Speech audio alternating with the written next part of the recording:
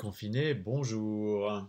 Épisode numéro 6 de cette petite chronique de géographie virale ou comment penser le monde en géographe à partir du virus.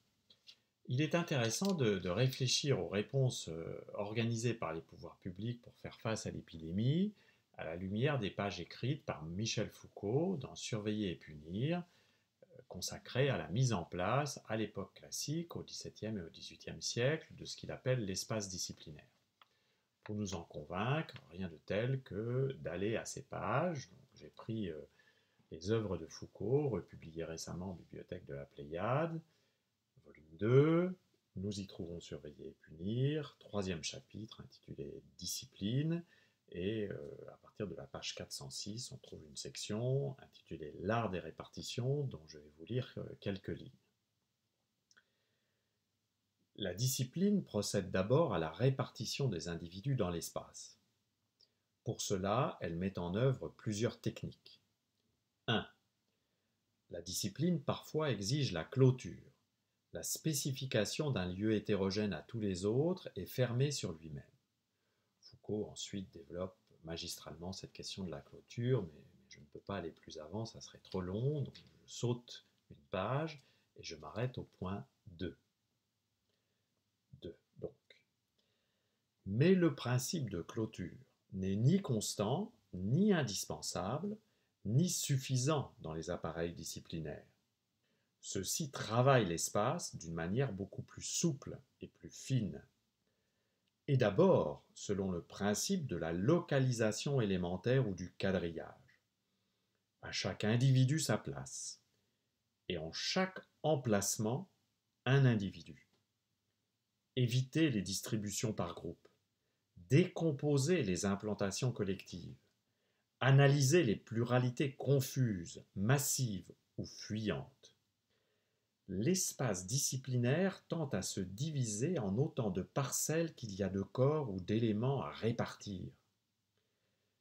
Il faut annuler les effets des répartitions indécises, la disparition incontrôlée des individus, leur circulation diffuse, leur coagulation inutilisable et dangereuse.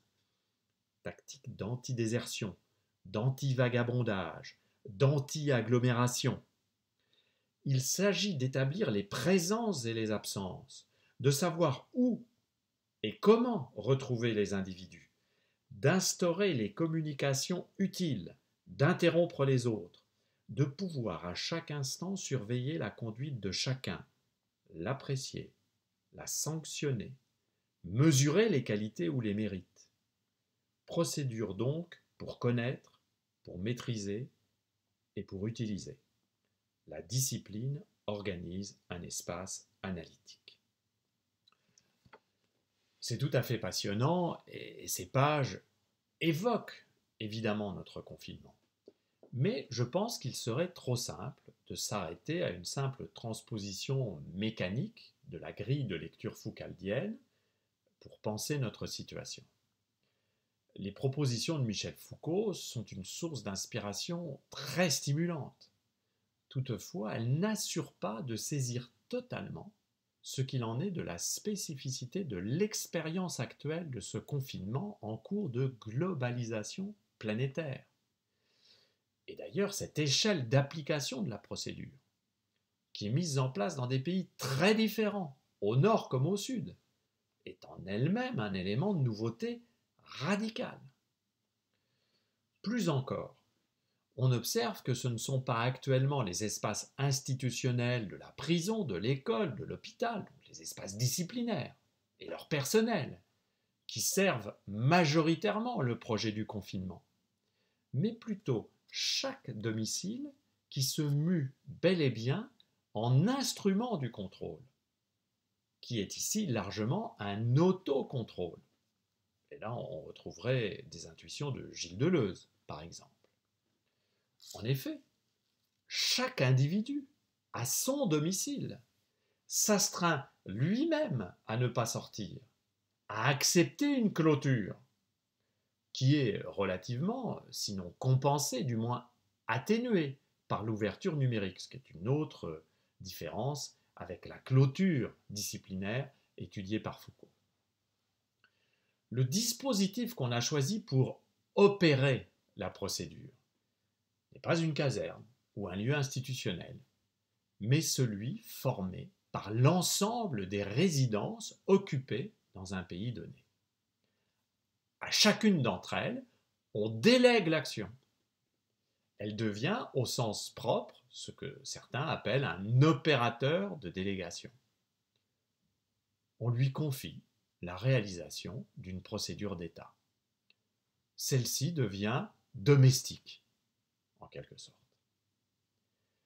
Et cela dans un mélange de volontarisme des individus à respecter cette procédure et de surveillance d'État. Surveillance d'État qui, en France, est confiée notablement à la police dans le cadre d'une tradition nationale bien établie. On observe donc une convergence spectaculaire entre les champs sanitaires et sécuritaires, convergence qui se réalise et se cristallise dans le consentement individuel et collectif à cet enfermement résidentiel inédit. S'il fallait trouver une référence historique à ce que nous vivons, eh bien, plus qu'à la mise en place du corpus idéologique appuyé sur des établissements disciplinaires examinés par Foucault, je pense qu'il faudrait renvoyer notre situation à la naissance et au développement de l'hygiénisme au début du XIXe siècle. Cet hygiénisme porté par des médecins et qui se constitue comme une nouvelle science de la ville, bientôt appuyée par une nouvelle ingénierie urbaine, qui sera là portée par des ingénieurs. Nous assisterions donc à la consolidation d'une nouvelle doctrine urbaine, peut-être une nouvelle science, une nouvelle doctrine de contrôle de la vie sociale et spatiale via l'assignation au domicile. Une assignation qui, potentiellement, pourrait être redoublée, nous le verrons dans un autre épisode, par le possible traçage numérique des pratiques. Et cette doctrine, ce qui est tout à fait spectaculaire, c'est qu'elle est scientifiquement orientée par la visée sanitaire. Voilà ce que je voulais dire aujourd'hui. Comme d'habitude, je vous renvoie à des références bibliographiques. Là, c'est assez simple. Évidemment, Surveiller et punir de Michel Foucault, que l'on trouve dans de très nombreuses éditions. Et puis, j'ai fait référence à un texte de Gilles Deleuze, célèbre, qui s'appelle Post-scriptum sur les sociétés de contrôle, qui a été publié aux éditions de Minuit à Paris en 1990. C'est un très court texte dans un recueil qui s'appelle Pour parler, un recueil d'interventions de Gilles Deleuze. C'est tout pour aujourd'hui. Ne confinons pas idiots, gardons le moral et je vous dis à bientôt.